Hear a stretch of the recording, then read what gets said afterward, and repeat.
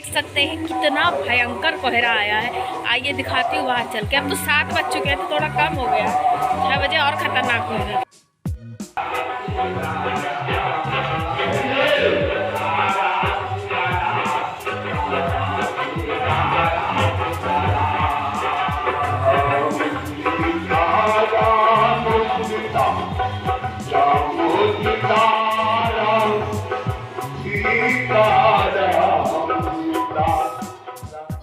Hey guys, जैसा कि आप लोग देख सकते हैं कोहरा को अच्छी तरीके से, कोहरा को देखने के बाद आ गई हूँ मैं अंदर। और ये बन रही है आमचूर की चटनी, क्योंकि आज हम लोग बनाने जा रहे हैं आलू बंडा। तो उसके लिए मम्मी ने लिया है ये बेसन में डली है क्या बोलते हैं, अजवाइन, नमक। और चलिए आइए बनाते हैं, देखते हैं कैसा बनता है आलू बंडा। आलू की स्टफिंग मैंने पहले ही तल के रख दी थी, लगभग 1-1.5 घंटे पहले। तो आलू ठंडा हो चुका है और अब उसकी टिक्की जो बनेगी बहुत ही बेहतरीन बनेगी। और ऐसी टिक्की के बाद जब आलू बंडा बनता है ना, तो और भी लाजवाब बनता है। तो मम्मी सारी तैयारी कर रही थी। बेसन मम्मी को थोड़ा सा लग रहा था कम, तो मम्मी ने और मिला लिया था गंजी में। और बस अब बना रहे हैं। मैं नहा चुकी थी, लेकिन मैंने अपनी कंघी नहीं की थी, तो मेरे बाल ऐसे भुचुक से बने हुए थे। तो यहाँ पर ये जो है स्टफिंग है आलू की, इसमें मैंने सारे मसाले डाले थे। और मटर डालना मैं बिल्कुल भूल गई थी। जब फिर मैंने ये तल ली तब मुझे याद आया कि इसमें मैं मटर भी डाल सकती थी, लेकिन कोई नहीं, कभी कभार हो जाता है। तो भूल जाना चाहिए, जो चीज़ें भूल गए तो उसे भूल जाना चाहिए। याद करके परेशान होने से अच्छा है भूल जाके खुश हो जाना। तो बस इसके बाद मैं टिक्की बना रही थी। फिर मम्मी ने कहा बड़े बड़े शेप की बना दो, जल्दी से बन के तैयार हो जाएंगी, नहीं तो कितनी देर तक बनाते रहेंगे। तो दोबारा से ये बनाने के बाद फिर मैंने मिटाई और फिर आलू बंडा की टिक्की बनाई। एक हाथ से टिक्की सही से बन नहीं रही थी, अजीब सी बन रही थी। मैंने कहा मुझे दूसरा हाथ ना भिड़ाना पड़े, लेकिन फिर बाद में मुझे अपना दूसरा हाथ भी भिड़ाना पड़ा। सबसे पहले मम्मी ने एक आलू बंडा बना करके बाहर निकाल दिया था गाय के लिए, क्योंकि जो सबसे पहले सुबह खाना बनता है वो गाय के लिए ज़रूर निकलता है। ऐसा होता ही है, चाहे फिर आप पूरी पराठा कुछ भी बनाए। मतलब अगर हम लोग थोड़ा बहुत, जैसे कि कभी कभार हलवा वगैरह भी बनाते ना, तो निकाल के रख देते हैं, या पोहा वगैरह बनता है तो शायद नहीं निकालते। लेकिन हाँ, अगर आटे की कोई चीज़ बनती है ना, तो वो गाय को ज़रूर निकाली जाती है। पोहा वगैरह नहीं निकालती, क्योंकि इधर उधर फैलता रहता है ना, तो फिर वो दिक्कत देता है, चीटी हो जाती है। लेकिन बाकी सारी चीज़ें जो है वो निकाल देते हैं और गाय को डाल देते हैं। तो आलू बंडा मतलब एक सिंपल चीज़ है और गाय को खिलाने में कोई भी दिक्कत नहीं होगी, तभी से आलू बंडा मम्मी ने निकाल दिया था। और यहाँ पर सारे आलू बंडे बन के तैयार हो गए हैं। मैंने सोचा कि चाय भी बना रही, क्योंकि इस मौसम में चाय बहुत अच्छी लगती है। आप लोगों को भी पता है ठंडी के मौसम में ही चाय सबसे अच्छी लगती है। बाकी हर सीज़न में तो हम उतनी चाय नहीं पीते, गर्मी में तो बिल्कुल नहीं पीते। गर्मी में तो मन भी नहीं करता कि बिल्कुल भी चाय पिए जाए। गर्मी में ठंडा पानी P low, cold drink P low, शरबत पी लो, शिकंजी पी लो, लेकिन चाय ना पिए जाए।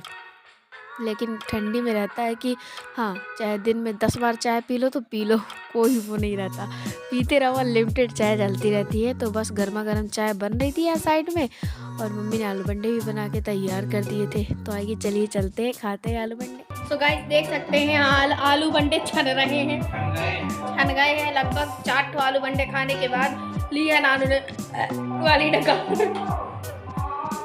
तो चलिए आइए हम लोग भी खा लेते हैं, हम लोग में मैं और माता श्री। सो गाइस, ये लगी हुई आलू बंडे की प्लेट। यहाँ पर प्यारी प्यारी 4 ठो बड़े बड़े आलू बंडे हैं, चटनी है, चाय है। तो आ जाइए आप लोग भी खा लीजिए आलू बंडे, फेवरेट आप लोगों के। तो अब देखिए नाइट का समय हो गया है। दिन भर में आलू बंडे के बाद कुछ नहीं खाया था, उसके बाद सीधे ये जो खाना ही खाया था हम लोगों ने। मतलब ये खाए होंगे 12 बजे के समथिंग। और पता नहीं आजकल ठंडी में एक ही टाइम भूख लगती है। तो रात में हम लोग आज बना रहे हैं पनीर की सब्जी और क्या बोलते हैं, तंदूरी रोटी, तब नान जिसे बोलते हैं। तो तंदूरी रोटी मम्मी आज आटे से बनाने जा रही है। तो मैंने पूरा मतलब वीडियो रिकॉर्ड किया था, और मैं वीडियो मतलब पूरा बनाया था, लेकिन मैंने वीडियो ऑन नहीं किया था, तो वीडियो बन ही नहीं पाया। और ये मैं दिखाई नहीं पाई कि मम्मी ने आटा माड़ा कैसे, मतलब आटे में क्या क्या चीज़ें डाली, कितना मतलब क्या रेशियो लिया। लेकिन फिर भी मैं बता रही हूँ, आटे में मम्मी ने खाने वाला सोडा, बेकिंग पाउडर और दही, ये सारी चीज़ें माड़ करके आटा तैयार कर लिया था। और एक 2 घंटे पहले मम्मी ने फुला दिया था, ताकि जो नान है वो बहुत ही बेहतरीन बने। तो आइए चलिए बताती हूँ मैं क्या बना रही हूँ। तो मैं बना रही हूँ मटर पनीर की सब्ज़ी। उसके लिए मैंने कढ़ाई में पनीर तलने के लिए डाल दी है। तो यहाँ पर पनीर जो है वो तल रही है।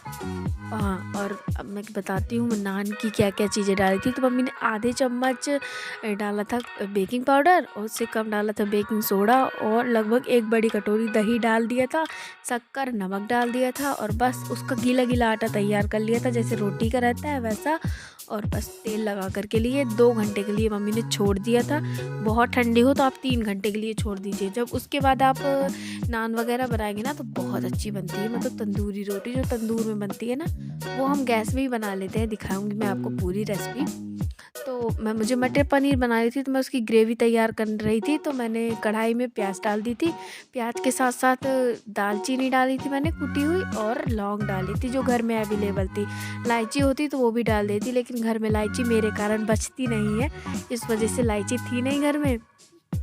तो फिर मैंने लौंग और दालचीनी से ही काम चला लिया। काली मिर्च का पाउडर था तो वो थोड़ा सा डाल दिया था। तो यहाँ पर प्याज तल रही है। प्याज में देखिए आपको काला काला समझ में आ रहा होगा, वो दालचीनी और लौंग है।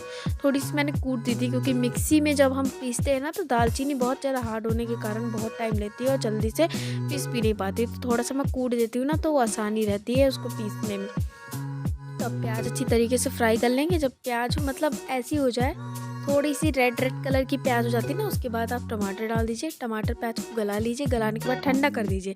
फिर इन सभी चीज़ों को आप अच्छी तरीके से पीस लीजिए मिक्सी के जार में डाल के।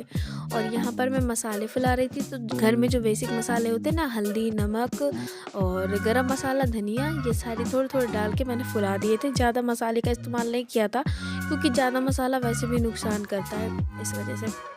तो यहाँ पर ये सारा मसाला मैंने बनाया, पानी डाल दिया, फूलने के लिए छोड़ दिया। मटर मैंने उबाल ली थी, क्योंकि आजकल की मटर आ नहीं रही लेकिन हार्ड रहती है। तो यहाँ पर वो प्याज और टमाटर की ग्रेवी मैंने बना के तैयार कर ली है पीस करके।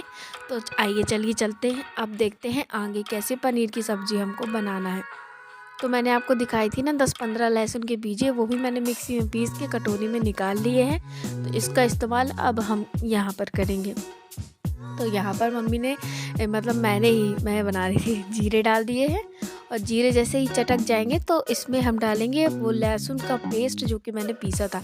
कम से कम उसमें 10 लहसुन के बीजे तो रहे ही होंगे, जिसका मैंने पेस्ट बना के तैयार किया था। और आजकल की जो सर्दियों की सब्ज़ी होती है ना, उसमें लहसुन का फ्लेवर बहुत अच्छा लगता है। तो ये मैंने यहाँ पर लहसुन का पेस्ट डाल दिया है। अगर अदरक आप पसंद करते हैं तो डाल दीजिए सब्जी में, अगर नहीं पसंद करते तो मत डालिए, क्योंकि हमारे घर में अदरक वैसे भी कम पसंद करते हैं। सब्जी में तो स्पेशली बिल्कुल भी अच्छी नहीं लगती। पापा बस खाते हैं, नानू को ज़रा सी भी नहीं पसंद है, मम्मी को भी नहीं पसंद है, मुझे भी कुछ खास पसंद नहीं आती, तो इस वजह से नहीं डलती है। लेकिन जब कभी पापा का मन रहता है तो डाल देते हैं। तो यहाँ पर लहसुन का पेस्ट हो गया था भून के तैयार। तो मैंने मसाला डाल दिया था जो फुला करके रखा था, वही गरम मसाला, हल्दी, नमक, मिर्ची, धनिया, तो ये सारी चीज़ें। और अब इसके बाद जब ये भुन जाएगा तो मटर भी मैं इसी में डाल दूँगी, और फिर बाद में डालूँगी वो ग्रेवी प्याज और टमाटर की जो मैंने पीस के तैयार करी है। जब भी हम ऐसी ग्रेवी के साथ सब्ज़ी बनाते हैं ना, तो वो सब्ज़ी बहुत ही डिलीशियस बनती है। कहा जाए तो उसका स्वाद बहुत डिफरेंट आता है। मतलब प्याज और टमाटर की ग्रेवी तो हम सिंपल वाली बनाते ही रहते हैं, लेकिन ऐसी वाली ग्रेवी जो रहती है ना, बहुत ही अच्छी रहती है। तो यहाँ पर देख सकते हैं मैंने ग्रेवी डाल दी थी, बट डालते हुए दिखाया नहीं था, क्योंकि वीडियो जो था मैंने हाथ से बना रही थी। आज मैंने कहीं पे सेटअप नहीं किया था ट्राइपॉड, तभी तो सारी चीज़ें डल गई थी। मैंने सब कुछ बना लिया था, पानी डाल दिया था सब्जी में। तो यहाँ पर देखिए सब्जी किस तरीके से खौल रही है, और ग्रेवी का कलर कितना प्यारा आया है। ये तो नाइट का समय है ना, दिन में आप लोग अगर देखते तो अच्छे से समझ में आता कि ग्रेवी का कलर सच में बहुत अच्छा आया है और बहुत ही बढ़िया आया है। तो आइए चलिए देखते हैं, मम्मी बना रही है तंदूरी नान, तो देखते हैं कैसे बना रही है। तो घर में वो मोटा वाला तवा आप लोगों के सबके घर में अवेलेबल रहता है, तो वही वाला तवा मम्मी ने ले लिया है।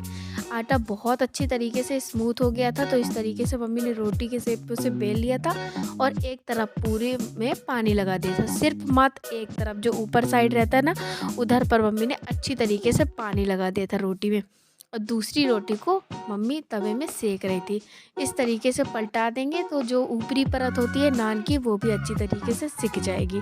तो यहाँ पर ये वही रोटी है जिसमें मम्मी ने पानी लगाया था और इसे उठा करके इसमें इस तरीके से डाल देंगे तो ये इसकी जो नीचे की परत होती है ना वो चिपक जाती है पानी की वजह से। और अब ये ऊपरी परत रहती है जिधर हम पानी नहीं लगाते, उसको आग के ऊपर रख के इस तरीके से हम सेक लेते हैं और बढ़िया तरीके से आप घुमा घुमा के सेक लीजिए। क्योंकि जब हम आग में कोई चीज़ बनाते हैं तो बात अलग रहती है कि वो पूरी भट्टी गर्म रहती है, लेकिन गैस में बना रहे हैं तो हमें कुछ ध्यान रखना पड़ेगा। थोड़ा थोड़ा घुमा घुमा के आप अच्छी तरीके से उसे सेक लीजिए। जब वो सिक जाए तो उसको इस थैते की हेल्प से निकाल लीजिए रोटी, क्योंकि नीचे तरफ पानी लगा रहता है ना, उस पानी की वजह से रोटी जो है तवे में अच्छी तरीके से चिपक जाती है। अगर आपको लग रहा है कि थोड़ी बहुत रोटी कच्ची है या कम खरी है तो एक बार इस तरीके से सेक लीजिए। पापा हमारी काफ़ी ज़्यादा खरी रोटी खाते हैं, मतलब कड़क कहा जाए तो इसी वजह से मम्मी ने दोबारा से उसको ऊपर से सेक दी थी। पापा को पसंद है, वो हमेशा कड़क रोटी ही खाते हैं। तो यहाँ पर हमारी तंदूरी रोटी है तैयार। तो चलिए आइए इस पे लगा लेते हैं घी। अगर आप बटर के प्रेमी है तो बटर लगा लीजिए, क्योंकि बहुत लोगों को रोटी के साथ बटर पसंद है, लेकिन हम तो भैया देसी इंसान हैं, हमें तो बहुत पसंद है घी, और सर्दियों का खासकर। तो मैं आ गई हूँ खाना खाने के लिए और ये है मेरी थाली। देखिए नान कितनी प्यारी लग रही है। मम्मी के हाथों की नान का जवाब ही अलग है, और जब वो बनी हो आटे और तो फिर तो उसको पूछिए मत। आटे से बनी हुई आज की नान और बहुत ही ज़्यादा सॉफ्ट है। देखिए तोड़ने से पता चल रहा है कितनी ज़्यादा सॉफ्ट है। और ये वही मटर पनीर है जो मैंने बनाई थी।